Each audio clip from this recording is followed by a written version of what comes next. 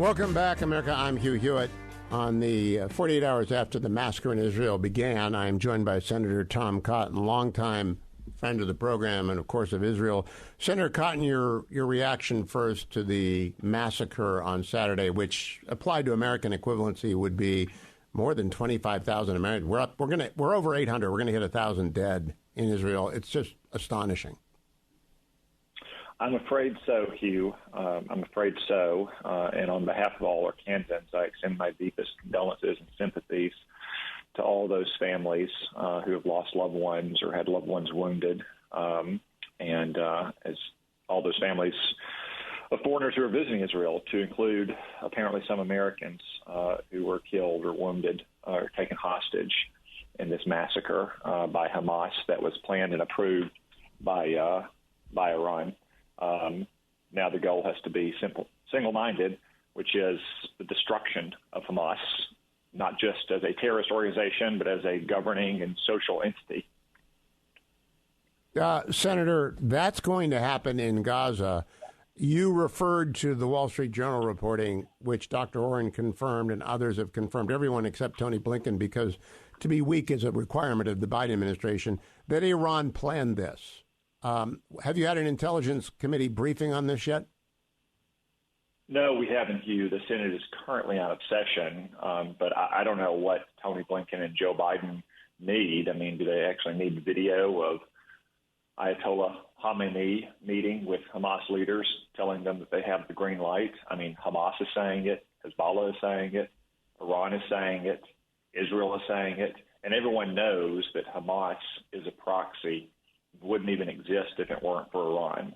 I think the reason why Joe Biden and Tony Blinken, the Biden administration, is sticking their head in the sand, insisting there's no clear evidence that Iran helped to plan and direct this attack, and certainly approved of the attack, is it would be an indictment of the folly of their Iran policy going back for nearly 3 years now of appeasements and concessions that signaled to Iran and Hamas that they could get away with this and that the United States would not take the necessary steps to defend not only Israel, but to defend itself after more than 80 unanswered attacks on American troops in the Middle East by Iran and its proxies. Let me play for you National Security Advisor Jake Sullivan 2 weeks ago, cut number 4. And what we said is we want to depressurize, de-escalate, and ultimately integrate the Middle East region. The war in Yemen is in its 19th month of truce. For now, the Iranian attacks against U.S. forces have stopped. Our presence in Iraq is stable. I emphasize for now because all of that can change. And the Middle East region is quieter today than it has been in 2 decades. Senator Cotton, how do you respond to that level of naivete and intelligence failure 2 weeks ago? Well, again, it's the Biden administration and its high command wishing into existence something that, of course, is not in existence. Hamas, Hezbollah, Iran, all are committed to destruction of Israel and ultimately the destruction of America and the American order throughout the world as well. The Biden administration continues the folly of the Obama administration policy, for instance, not responding to attacks against American troops in the Middle East, giving them $6 billion and then getting all chesty over the weekend like this money couldn't possibly have been used in an attack because it's only for humanitarian purposes and it hasn't even been dispersed. Well, that may be the case, Hugh, but if a family in Arkansas is struggling to buy groceries and worry about Christmas presents and they win the raffle of the Football Booster Club event or a $500 gift card at the grocery club, well, now they can buy Christmas presents. They're not going to use the gift card for it, but the money is fungible. So it's the dumbest line that the administration uses, and the media parrots back that this money couldn't have been used to support Hamas. Of course money is fungible. If you free up $6 billion to Iran for Iran to use on food and medicine, all the money that they were going to use on food and medicine can be used to support Hamas and to kill Israelis. That's why the administration is continuing to stick its head in the sand right now and to continue even to suggest things that, like, this should, again, be a small operation. Like, you hear a lot of language along the lines of, well, we're going to help Israel defend itself. Hugh, this is not about helping Israel defend itself. This is about helping Israel destroy Hamas. And once the administration finally admits the reality everyone sees, that Americans have been killed and taken hostage in an attack that was approved and planned by Iran, what is Joe Biden going to do about it? Ronald Reagan Ronald Reagan in 1986 bombed Libya for much less. He sank in 1988. Ronald Reagan sank half of Iran's navy for much less. What is Joe Biden going to do after Iran has indirectly planned and approved attacks that killed Americans and resulted in being taken hostage? Senator, you are an intel, and so you can't tell us a lot. But this is a massive intelligence failure, not just by the Israelis, but it's on par with 9/11, when we had the wall between the FBI and the CIA, and we did not see what was coming. This is as bad as that, and maybe worse, because we're allegedly getting along well with Iran and getting along well with Hezbollah, and Jake Sullivan says it's so peaceful. How could we have been so blind to this? Well, Hugh, you're right. There was an intelligence failure both in Israel and here. I think for Israel's sake, we should not be looking through the rearview mirror. We should be looking at the windshield at what's ahead, or maybe more appropriately, if I can use a different analogy, we should be looking down the gun sight and putting it on Hamas and on Iran. So there'll be time for Israel to assess what happened after the destruction of Hamas. But here in the United States, where the threat is not as immediate, I think our intelligence agencies do need to answer some serious questions about how they could have missed this as well. And is it because the administration is too focused on its own policy priorities in the Middle East rather than seeing things clearly and as they are? I do want to make one point, though, that you compare this to 9/11, and I have heard many other people compare it to 9/11 or call it Israel's 9/11. I think a more apt analogy is Pearl Harbor.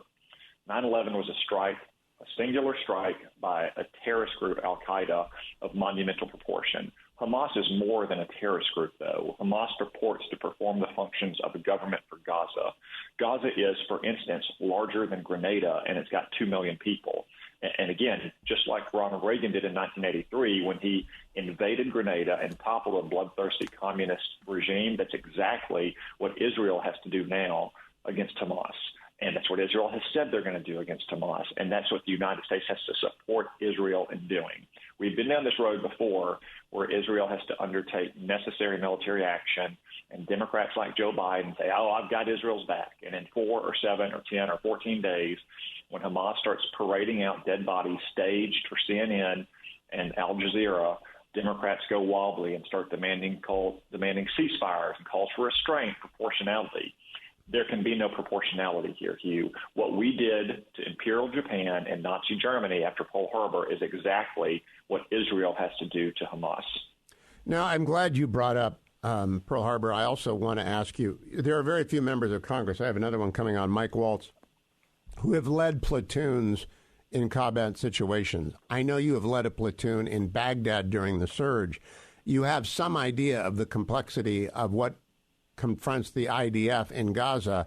How hard is it in an urban environment that has been prepared to kill the IDF for 75 years?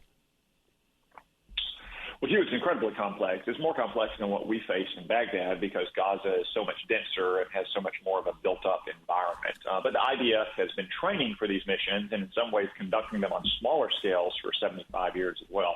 So I have every faith that Israeli defense forces will be able to accomplish their mission. There are also going to be many civilian casualties, Hugh, and that's because Hamas sites its mortar teams and rocket teams in schools and mosques and hospitals. It has command and control centers in the basements of high apartment buildings.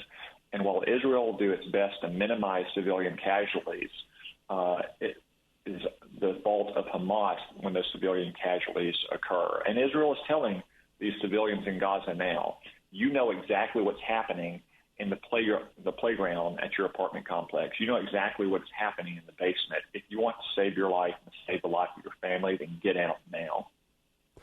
The Ford and the Ford Strike Group is moving in the Mediterranean, and that's good. But we have not yet sent another strike group into the Persian Gulf. Ought we to?